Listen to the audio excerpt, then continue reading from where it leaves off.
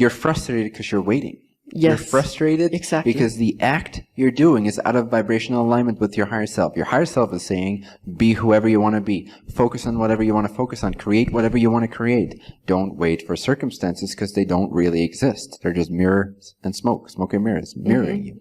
When you keep waiting, your frequency is out of alignment with the truth of your being. Right? That is the frustration. The frustration is not that things don't happen fast enough.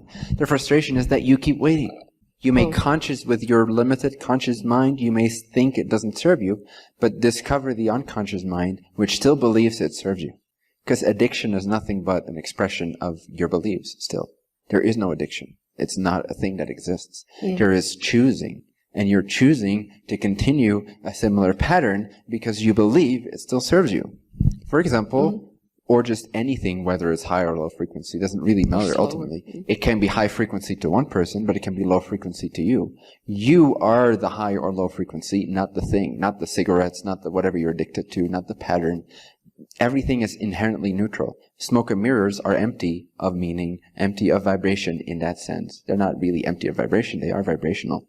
But they're empty of value. They're empty of right or wrong, high or low. You are either high in your alignment or out of alignment, which we could call low frequency. Does that make sense? The symbol of whatever your addiction is, it may be a pattern of keep doing something a certain way or you keep waiting. But to call that an addiction is to excuse yourself and to say, okay, this is outside of my creatorship. While you created the entire universe, you say, except for this thing. I created all that is, but not this pattern. So I'm still addicted to it. There's nothing I can do about it. But there is an underlying belief that suggests that that pattern is serving you. What does that believe? Open up your conscious mind to your sub and unconscious mind so that they become one whole consciousness more and more so every day again. Have 95% of your focus be on what excites you. And whenever genuinely something comes up that seems to obstacle you, that seems to trip you up, investigate. As soon as you've come to clarity about it, restart, or not restart, but re-enter your flow of acceleration and excitement and joy and being absolutely oblivious to circumstances. Then when something trips you up, investigate. What is it? Clear it up. Identify the belief. See if it still serves you. If it seemingly still serves you, ask yourself, are you sure? Why do I believe it still serves me? Am I afraid something's going to happen to me? What if that thing would happen to me? Would it be that bad? Would there be no way out of it? No, there wouldn't be. Okay, so it doesn't serve me anymore. Boop. And you are in your excitement again, and you're acting on your passion. And then something trips you up, and you stop for a second. That's all right. You don't have to keep in your flow. Try to ignore something. Sometimes that can work. But sometimes you just need to see that thing and investigate. Because you're accelerating, you're expanding your frequency, and in that new frequency heaven on earth domain, closer to heaven on earth domain, there are certain frequency beliefs that simply don't fit in, that you're trying to carry with you. It's like trying to carry a cube of ice with you as you approach the sun. It just doesn't work. It can't be there. And so your attention is pointed on the fact that the ice is melting. Similarly, when you enter new frequency states, you increase your frequency and everything about you starts to transform. You will hit many points that point you to the melting beliefs. And so you can facilitate that process, accelerate it by investigating and making that loving sort of conscious moment with yourself where you see, hey, wait a second, let me honor this belief for a moment because this has served me for so many years because I didn't take care of myself consciously.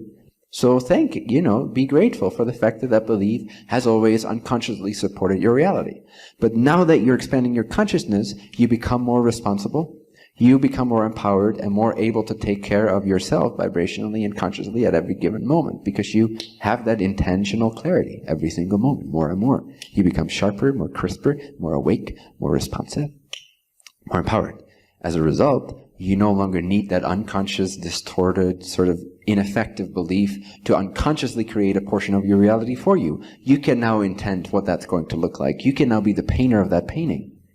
So those fourth arms, the third and the fourth arms, which are your unconscious arms, which were sort of like painting your picture, most of your picture, and now you're saying like, hey, wait a second, I actually don't want my picture to look like that. I have the power to paint with my hands consciously.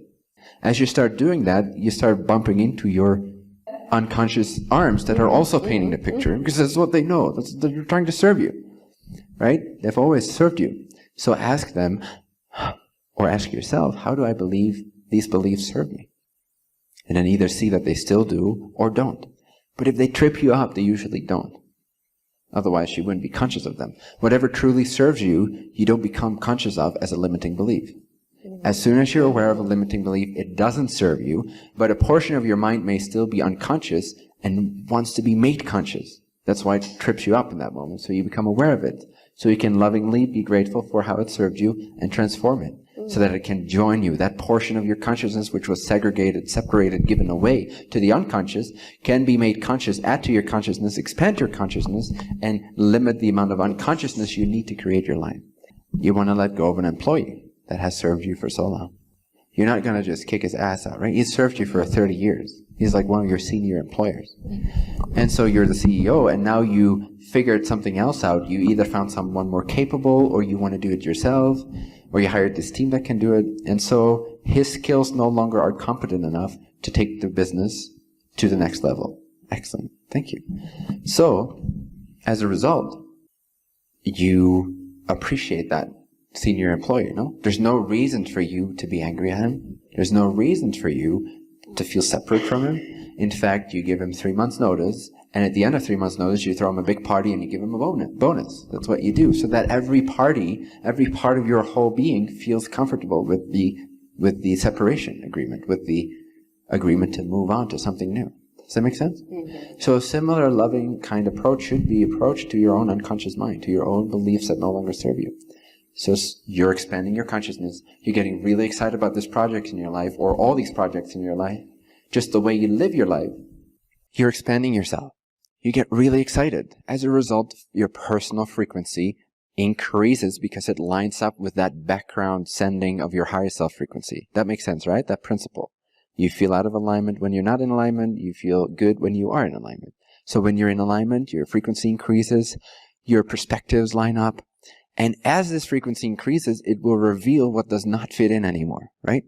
As that new team comes into the company, it shows how much more capable they are of doing that task, and how redundantly this other person has done it for so long. He managed, but it just wasn't very effective comparatively to that new frequency. So that trips you up. It brings your attention to this negative belief, and treat it with the utmost respect. Give it 2 weeks notice. Say like, okay, you can keep creating part of my reality for the next 2 weeks, just because I appreciate all the work you've done for 30 years.